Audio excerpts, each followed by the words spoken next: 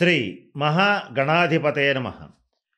ఈరోజు మనం శ్రీ విశ్వావసునామ సంవత్సర ఫలితాలను తెలుసుకోవడంలో భాగంగా ద్వాదశ రాశుల వాళ్ళకి ఎలా ఉంటుందనేటువంటి అంశం గురించి తెలుసుకోవడానికి ప్రయత్నం చేద్దాం. దాంట్లో భాగంగా ఇప్పుడు తులారాశి వారికి ఈ సంవత్సరం ఎలా ఉంటుంది అనేటువంటి అంశాన్ని గురించి తెలుసుకోవడానికి ప్రయత్నం చేద్దాం.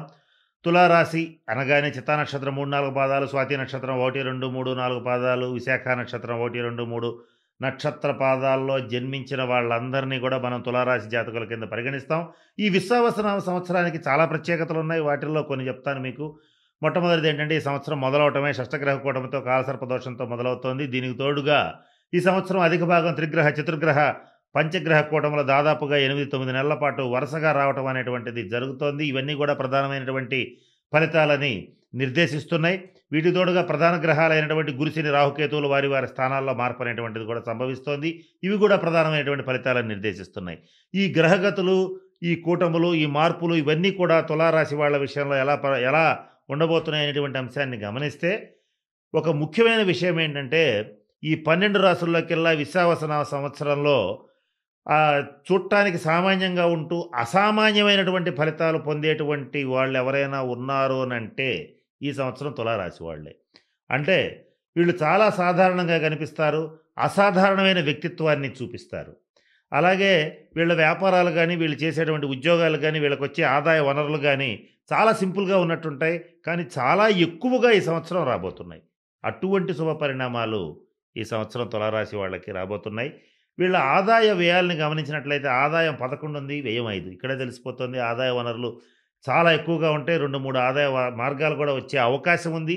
వ్యాపార విస్తరణ చేస్తారు వ్యాపారస్తులు. ఇవన్నీ కూడా బాగున్నాయి. ఖర్చు చాలా తక్కువ ఉంది. అయితే ఈ రోజుల్లో ఖర్చులు విపరీతంగా అందరికీ పెరిగినా కూడా వీళ్ళకి మాత్రం ఆ ఖర్చులను మించిన ఆదాయం అనేటువంటిది ఈ సంవత్సరం కొత్త కొత్త మార్గాలు అన్వేషించి ఎవరు ఊహించని రీతిలో డబ్బులు తీసుకుంటుంటారు. అటువంటి పరిస్థితులు ఈ సంవత్సరం తులారాశి వాళ్ళకి వస్తుంది. రాజపూజ్యం 2, అవమానం 2. వీళ్ళని సమాజంలో ఎంతమంది గౌరవించినా, ఎంతమంది అవమానించినా కొంత స్థితప్రజ్ఞత అనేటువంటిది మీరు మెయింటైన్ చేయడం అనేటువంటిది జరుగుతుంది. తులారాశి వాళ్ళకి ఈ సంవత్సరం మంచి ప్లస్ పాయింట్ ఏంటంటే, ఈ సంవత్సరం మే నెలలో గురుడు మిథున రాశిలో ప్రవేశించి తన ప్రత్యేక దృష్టితో తులారాశిని చూడటం, అలాగే ధనుసు రాశిని చూడటం, అలాగే కుంభరాశిలో ఉన్నటువంటి రాహువుని చూడటం, ఇవన్నీ కూడా కొన్ని ప్రత్యేకమైనటువంటి శుభ పరిణామాలని ఇవ్వటం జరుగుతుంది. 1, 5, 9 స్థానాలని కోణరాశులు అంటారు. ఇవి లక్ష్మీప్రదాలు.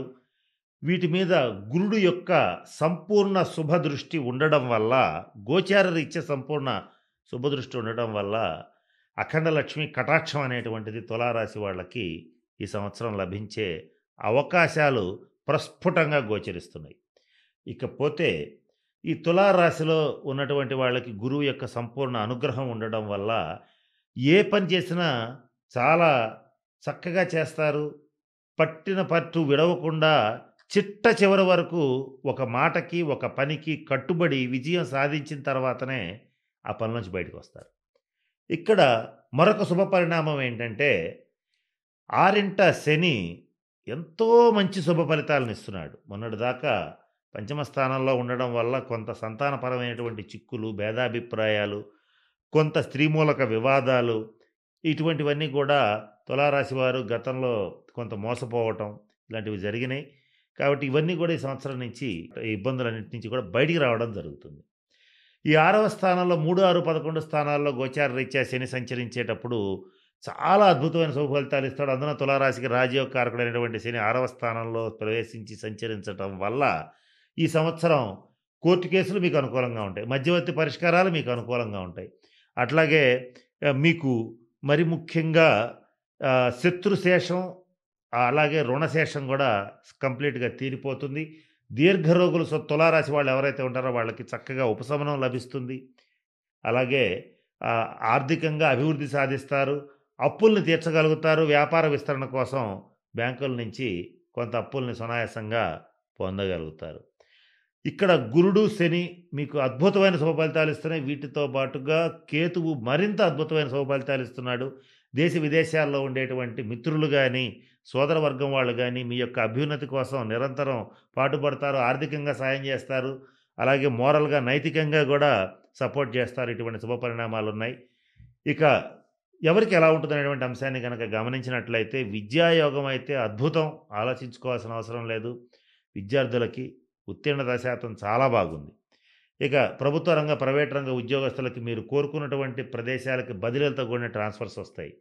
ఈ వ్యాపారస్తుల విషయానికొచ్చేటట్లయితే ఏ వ్యాపారం చేసేటువంటి వ్యాపారస్తులకైనా తులారాశి వాళ్ళకి ఎంత శుభ ఫలితాలొస్తాయంటే మీరు ఊహించలేరు. మీకొచ్చేటువంటి లాభాలు అంత అద్భుతంగా ఉంటాయి. ఈ తులారాశిలో కూడా స్వాతి నక్షత్ర జాతకులకి చాలా బాగుంటుంది. విశాఖ, స్వాతి, చిత్త ఈ 3 నక్షత్రాలుంటాయి కదా! దీంట్లో బాగా యోగించేటువంటిది తులారాశి వాళ్ళకి స్వాతి నక్షత్ర జాతకులకి విపరీతంగా యోగిస్తుంది. వీళ్ళు ఈ సంవత్సరం తెలుపు వస్తువులు, నలుపు వస్తువులు కొనుగోలు చేస్తారు. వాహనాల్లో కూడా తెలుపు, నలుపు వాహనాలని కొనుగోలు చేస్తారు. అలాగే ఈ సంవత్సరం తులారాశి వాళ్ళు దేశ విదేశాల్లో మీదైనటువంటి ముద్ర వేస్తారు. విదేశీ ప్రయాణాలు చేస్తారు. విదేశీ పౌరసత్వాన్ని పొందగలుగుతారు. H1B వీసాల వంటివి మీకు చాలా అనుకూలంగా ఉంటాయి. ఇవన్నీ కూడా ఎక్కువగా స్వాతి నక్షత్ర జాతకులకి బాగా పనిచేస్తాయి. విశాఖ నక్షత్ర జాతకులైతే మాత్రం కొన్ని సందర్భాల్లో కొంత అదుపు తప్పిన ఖర్చుల్ని అదుపు చెయ్యలేక కొంత విసగటనలో పడటం అనేటువంటిది జరుగుతుంది. మీరు చేసేటువంటి పెద్ద పెద్ద ప్రాజెక్ట్స్ ఏవైతే ఉంటాయో సకాలంలో పూర్తి అవుతాయా కాదా అని చివరి నిమిషం వరకు సందేహపడతారు, భయపడతారు, బాధపడతారు. కానీ పూర్తయి తీరతాయి. ఇది మాత్రం చెప్పుకోదగినటువంటి అంశం. ఇక ఈ తులారాశి వాళ్ళ విషయంలో స్వతంత్ర వృత్తులు చేసేటువంటి వాళ్ళని కాస్త గమనిస్తే డాక్టర్స్‌కి, ఇంజినీర్స్‌కి, లాయర్స్‌కి, చార్టర్డ్ అకౌంటెంట్స్‌కి చాలా బాగుంది. వీళ్ళలో చార్టర్డ్ అకౌంటెంట్స్ మాత్రం ఈ సంవత్సరం కొంత ఒత్తిడికి గురవుతారు. ప్రొఫెషన్‌లో వృత్తిపరమైనటువంటి స్ట్రెస్‌ని ఒకానొక స్టేజ్‌లో భరించలేని పరిస్థితి ఉంటుంది. ఇక సినిమా రంగ, టీవీ రంగ కళాకారులు, కవులు, నటీనటులు, గాయకులు, మీడియా రంగంలో ఉండేటువంటి వాళ్ళకి, టెక్నీషియన్స్‌కి అందరికీ కూడా ఈ సంవత్సరం జీవితం వడ్డించిన విస్తరలాగా తయారవుతుంది. మీరు ఊహించని ప్రాజెక్ట్స్ మీ చేతికొస్తాయి. మిమ్మల్ని చాలా గుర్తించి, గౌరవించి, ఆర్థికంగా గూడా మిమ్మల్ని ముందుకు తీసుకువెళ్ళటం జరుగుతుంది. ఈ సంవత్సరం కళాకారులకి అద్భుతం. రాజకీయ నాయకులకైతే ఆలోచించాల్సిన అవసరమే లేదు. శత్రువుల్ని చీల్చి చెండాడతారు. మీదైనటువంటి వాక్పటిమతో వాళ్ళని నోరు మూయిస్తారు. పార్టీలో గానీ, ప్రజల్లో గానీ మంచి గుర్తింపు తెచ్చుకుంటారు. కొత్తగా పదవులొచ్చినాయి ఎవరికైనా అనంటే తులారాశి వాళ్ళు దాంట్లో రాజకీయ నాయకులు ఉన్నట్టే లెక్క మనం చూసుకోవాల్సిన అవసరం లేదు.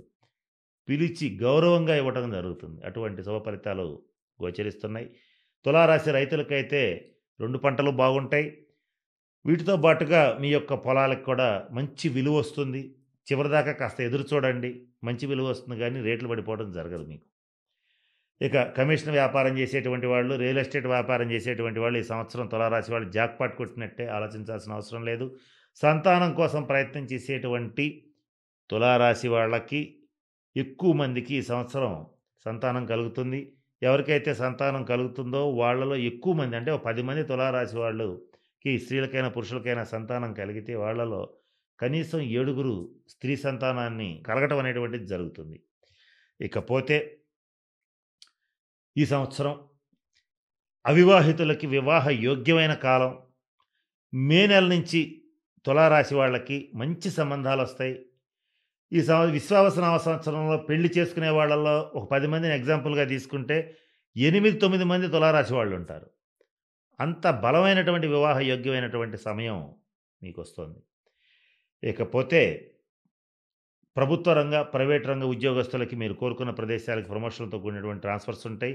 ప్రైవేట్ రంగంలో ఉండేటువంటి వాళ్ళకి గూడా ప్యాకేజ్ పెరుగుతుంది. అద్భుతమైన అవకాశాలొస్తాయి. సాఫ్ట్‌వేర్ రంగంలో ఉండేటువంటి వాళ్ళకి కూడా చాలా బాగుంది.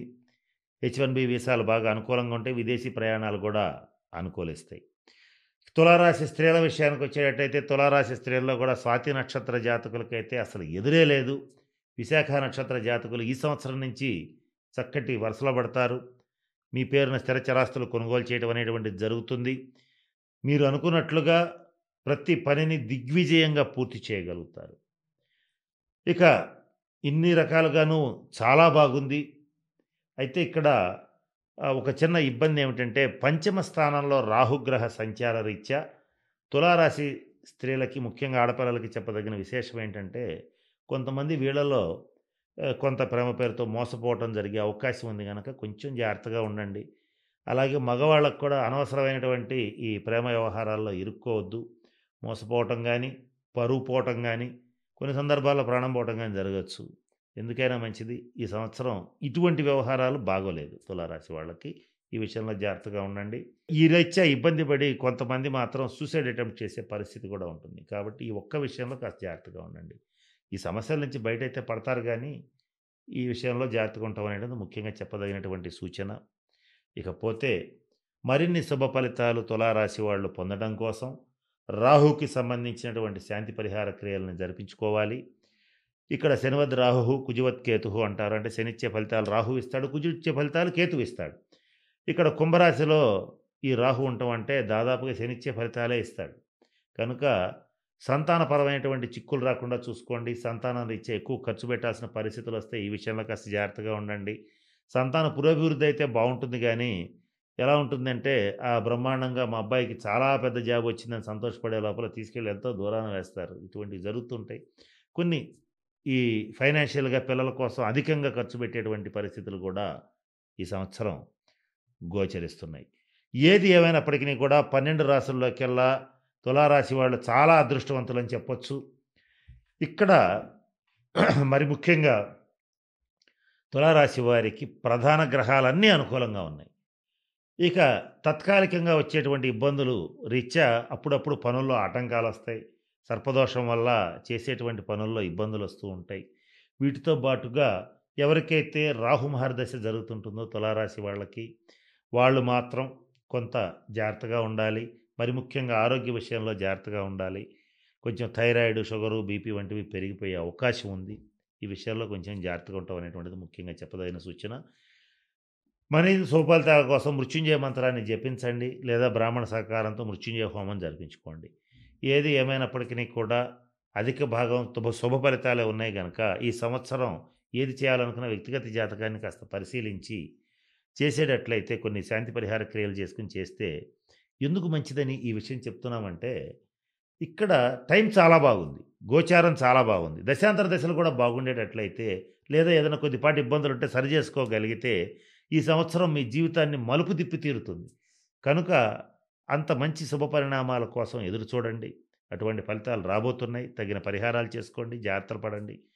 నేను చెప్పిన సూచనలను పాటించి తులారాశి వాళ్ళందరూ కూడా చక్కగా అష్టైశ్వర్యాలతో, భోగభాగ్యాలతో ఉంటారని మనస్ఫూర్తిగా పరమేశ్వరుని ప్రార్థిస్తూ సెలవు తీసుకుంటున్నాను. స్వస్తి.